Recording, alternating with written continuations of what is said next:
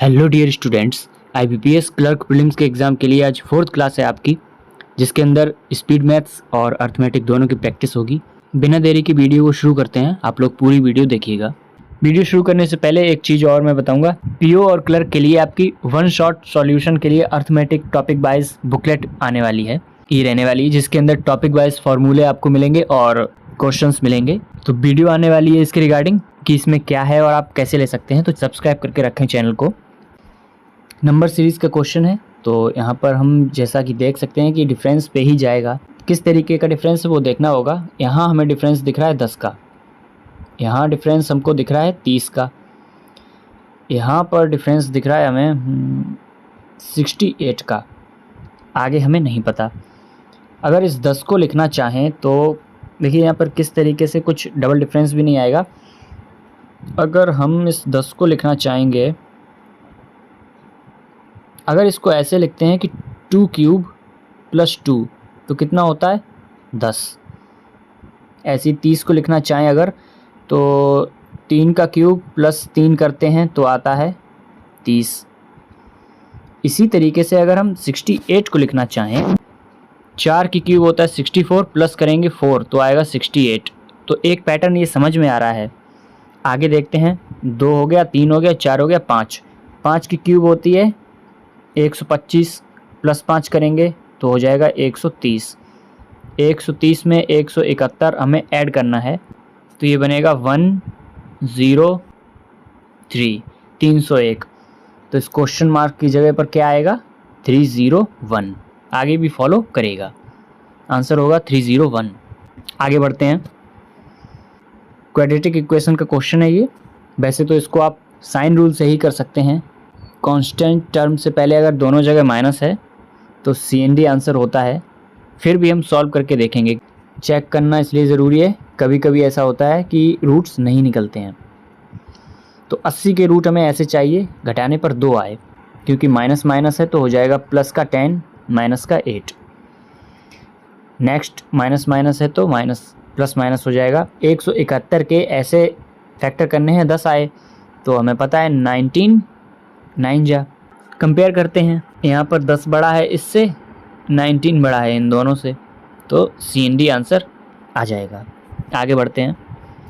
Next question है, इसको भी आप साइन रूल से कर सकते हैं। जब माइनस प्लस होता है तो फैक्टर आते हैं प्लस प्लस, और जब प्लस प्लस होता है तो फैक्टर आते हैं माइनस माइनस। यहाँ पर दोनों फैक्टर प्लस हैं, यहाँ दोनों माइनस हैं, तो हमें पता चल गया कि y बड़ा है x से। इसके अलावा सॉल्व करते हैं अगर इसको, तो 18 या 54 कैसे फैक्टर करने हैं, 15 आए तो वो हो जाएगा 6 और 9।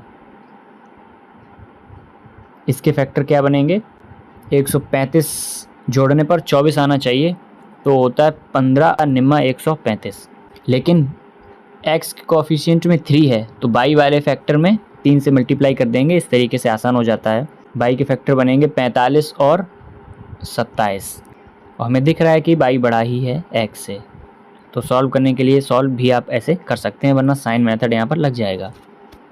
नेक्स्ट इजी क्वेश्चन है आपका अर्थमेटिक का। क्वेश्चंस इंग्लिश में है लेकिन मैं हिंदी में पूरा एक्सप्लेन करूँगा, पढ़ूंगा भी हिंदी में, सॉल्व भी हिंदी में ही करूँगा। राम दोगुना एफिशिएंट है शाम से, यहाँ पर श्याम होगा। किसी काम को करने में राम की एफिशिएंसी है वो दोगुनी है श्याम से। इस तरीके से जो राम है वो 16 दिन कम लेता है श्याम से किसी काम को करने में। तो हमें ये बताना है कितने दिन लगेंगे जब दोनों लोग मिलकर काम को करेंगे। तो इजी क्वेश्चन है, मेरे ख्याल से बना भी लिया होगा आपने। 2 लोग हैं, राम और श्याम। एफिशिएंसी क्या दी है, राम दोगुना है श्याम से। जाहिर सी बात है टाइम रिवर्स हो जाएगा, इसको 1 लगेगा, इसको 2। बोला है श्याम से 16 दिन कम है, राम यहाँ 1 है, श्याम को यहाँ 2 लग रहा है टाइम। हमारे हिसाब से 1 यूनिट कम है, क्वेश्चन के हिसाब से 16 दिन कम है।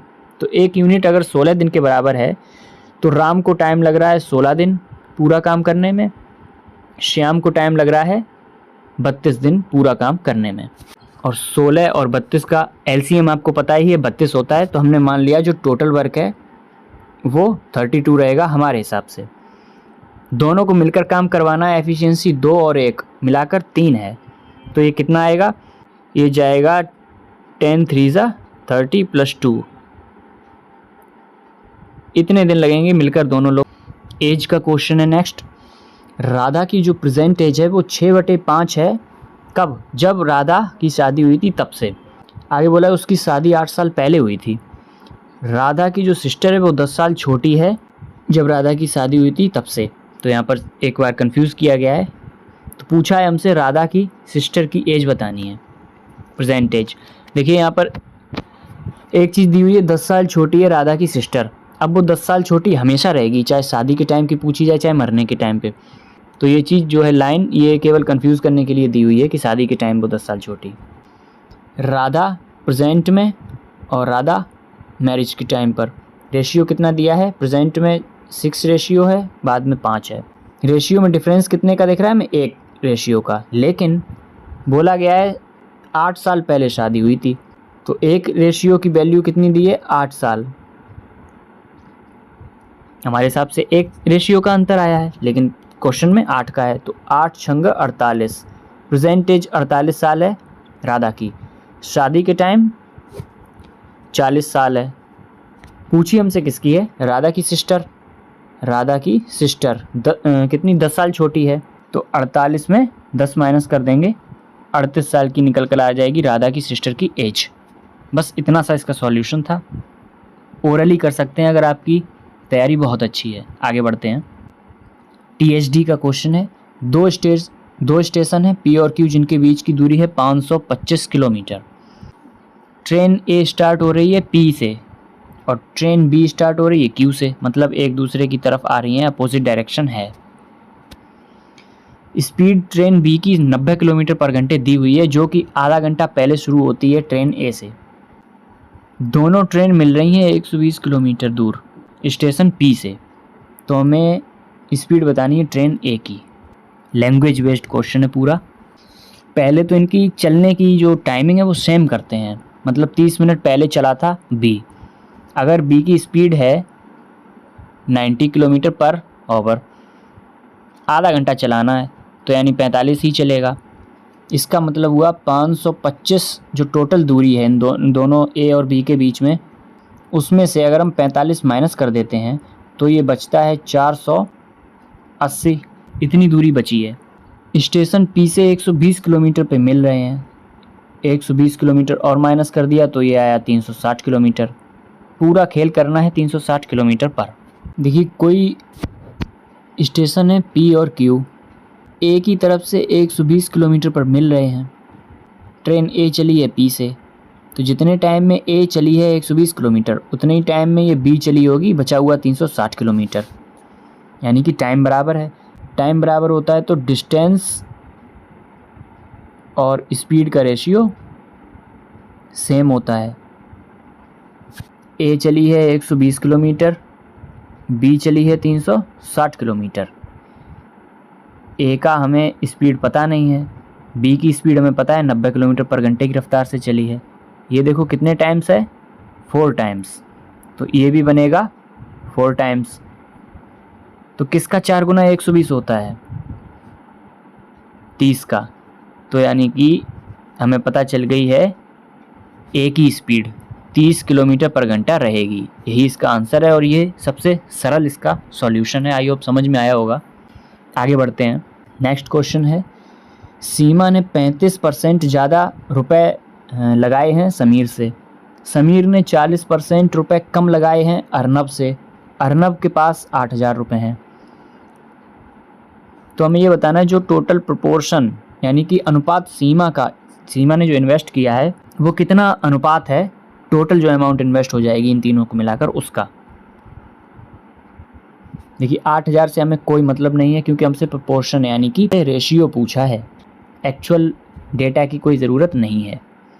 बात कर लेते हैं कौन 3 प्राणी हैं? अर्नब, सीमा और समीर।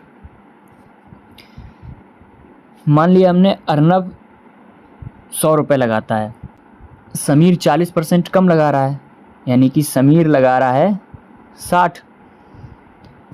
समीर 60 लगा रहा है। सीमा क्या कर रही है? समीर से भी 35% ज़्यादा लगा रही है।